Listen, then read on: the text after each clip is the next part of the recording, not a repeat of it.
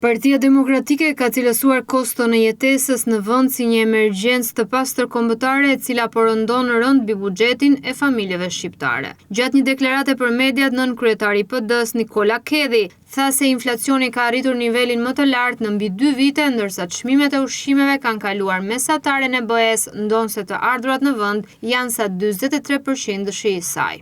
Rritja vjen pikërisht nga ato gjëra pa cilat një familje nuk bën dot. Ushqimi, shtëpia, transporti. Sot ushqimet në Shqipëri kushtojnë më shumë se mesatarja e Bashkimit Evropian.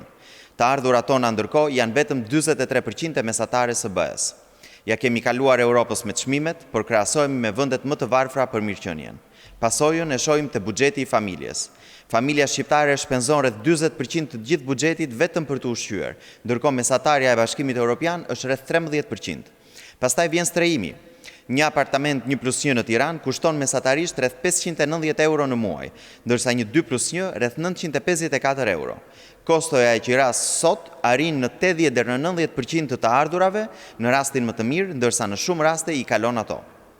Ndërkohë paga minimale shqiptare ka fuqinë blerëse më të ulët në kontinent, ndërsa 55% e shqiptarëve thonë se nuk arrin ta mbyllin dot muajin, ndërkohë që është 8% mesatarja në Bashkimin Evropian e atyre njerëzve që janë në këtë vështirësi.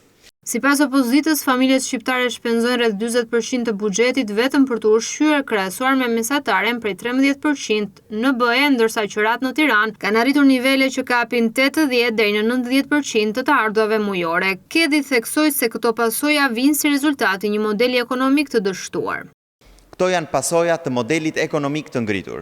Çmimet janë të larta dhe pagat janë të ulta, sepse ekonomia jonë prodhon pak, konkurenca është deformuar dhe tregjet janë përqendruar në pak duar. Prodhimi vendas është dobësuar, varësia nga importi është rritur dhe taksat dhe kostot artificiale kalojnë zinxhir në zinxhir deri te konsumatori.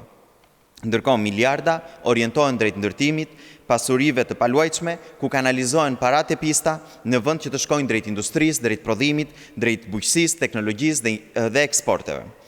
Përballë kësaj krize, Partia Demokratike përsëriti propozimin e saj për vendosjen me ligj të minimumit jetik, aplikimin e taksës së shesht, 10%, zero tatim për biznesin e vogël dhe uljen e barrës fiskale mbi karburantin dhe produktet bazë, masa të cilat sipas saj janë refuzuar me arrogancë nga mazhoranca.